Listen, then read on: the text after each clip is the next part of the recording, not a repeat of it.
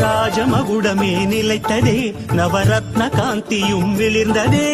சூரியவம்ச சிம்மாசனம் வரவேற்று பாடும் எழில் வந்தனம். சாம்ராஜ்ய லக்ஷ்மியின் பாதம் பட்டதும் புனிதமடைந்து பொங்கும்.